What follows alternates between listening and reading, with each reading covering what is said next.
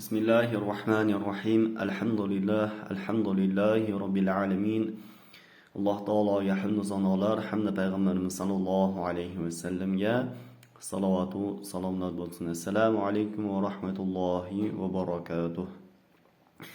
Aziz birodarlar, sizlar bilan Nurun ala nur Qur'onni o'qib o'rganishlikdagi navbatdagi darsimizni boshlaymiz inshaalloh. Bugungi darsimiz Suratul Falaq, ya'ni tong surasi ekan.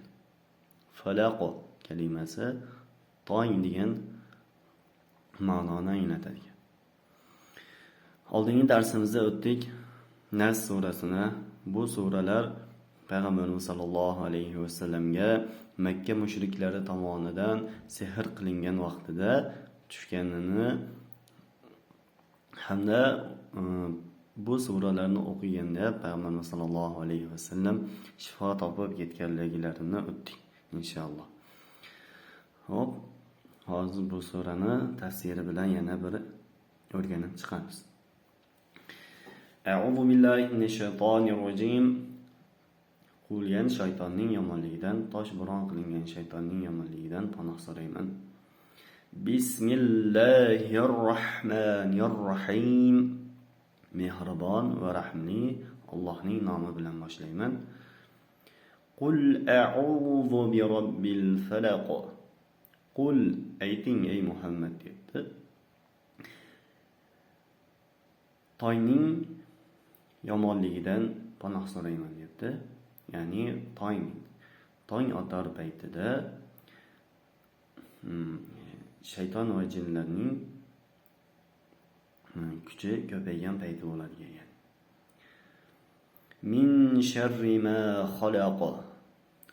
Yaratgan narsasining yomonligidan panoh so'rayman. Va min sharri ghasiqin idza waqab. Kirib kelayotgan qorong'i kechaning yomonligidan panoh so'rayman. Ya'ni kun botar paytida ham, shom vaqtida ham jin shaytonlar juda ko'p hamda eng kuchaygan payti bo'ladi. O'sha paytda ham ehtiyot bo'lish kerak ekan. Shuning uchun kechaning yomonligidan, qorong'i kechaning yomonligidan panoh so'rayman debdi. Va min sharrin naffathati fil uqad. Tugullarga dam soluvchining yomonligidan panoh so'rayman debdi. Oldingi darsimizda o'tdik. Makka mushriklari tomonidan, Makka folbinlari, sehrgarlari tomonidan Payg'ambarimiz sollallohu alayhi vasallamga 11 ta tugunga dam solib, ya'ni sehr qilib, uni bir qudurni ichiga tashlab o'rganini. Keyin Payg'ambarimiz sollallohu alayhi vasallam juda qattiq og'rib qolgandan keyin sahobalarga ana shu joydagi tugunni olib kelishligiga buyurganda 11 ta oyat tushgan, ya'ni Nas surasi bilan Falaq surasi ikkalasi qo'shilib 11 oyat bo'ladi. Shunda har bir tugunni yechib, har bitta oyatni o'qiganda Payg'ambarimiz sollallohu alayhi vasallam shifo topib ketganlarini o'tdik. Mana bu joyda aytibdi: "Va min sharrin naffathati fil uqad", ya'ni tugullarga dam soluvchining yomonligidan panoh so'rayman debdi. Alloh taolo tugullarga dam soluvchining yomonligidan panoh so'rashimizni aytibdi. Tugunga qanday dam solinadi desa, sehrgarlar, folbinlar tomonidan har xil narsalarga, odamni bir joyi og'rishiga yoki bir vasvasa qilishiga o'shanday holatlarda dam solinadi. Biz bu suralarni o'qib yursak, inshaalloh bizga u narsalar ta'sir qilmaydi. Va min sharri hasidin idza hasad. Va hasadgo'yning hasadidan panoh so'rayman debdi. Ya'ni hasad ham juda yomon narsa ekan. Biz o'shaning uchun hasad qilmasligimiz kerak ekan. Hasadchi bu juda yomon ish bo'ladi ekan. Xo'p, endi inshaalloh tarjimasini ko'rib chiqdik. Endi tajvid bilan o'qishni o'rganamiz inshaalloh.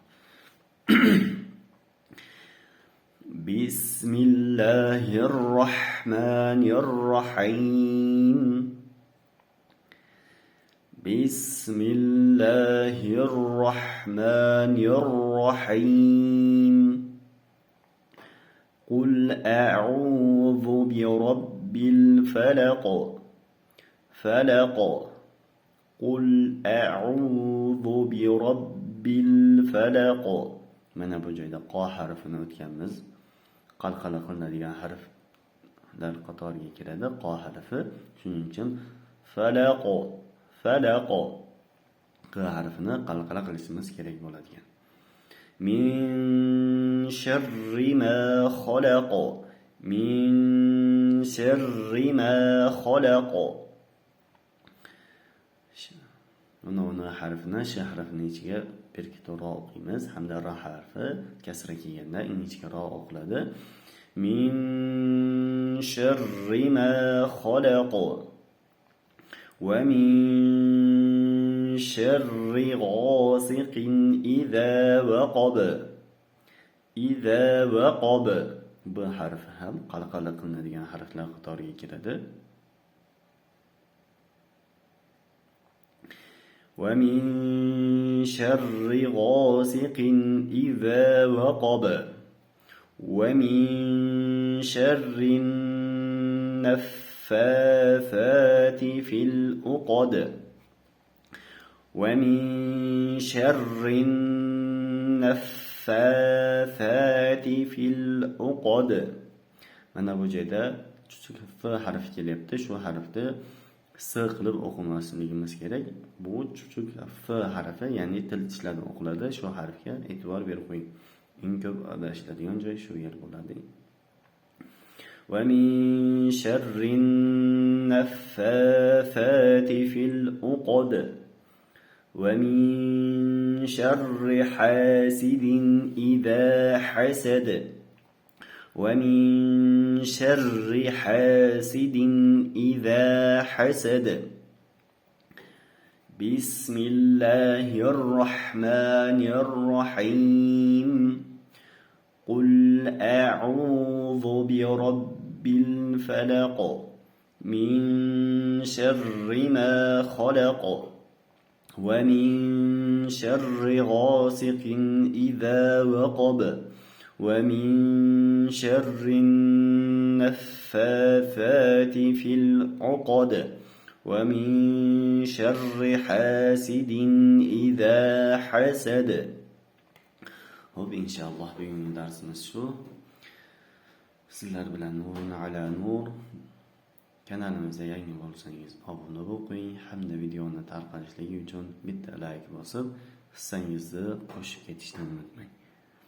سبحان ربك رب العزة عما يصفون وسلام على المرسلين والحمد لله رب العالمين.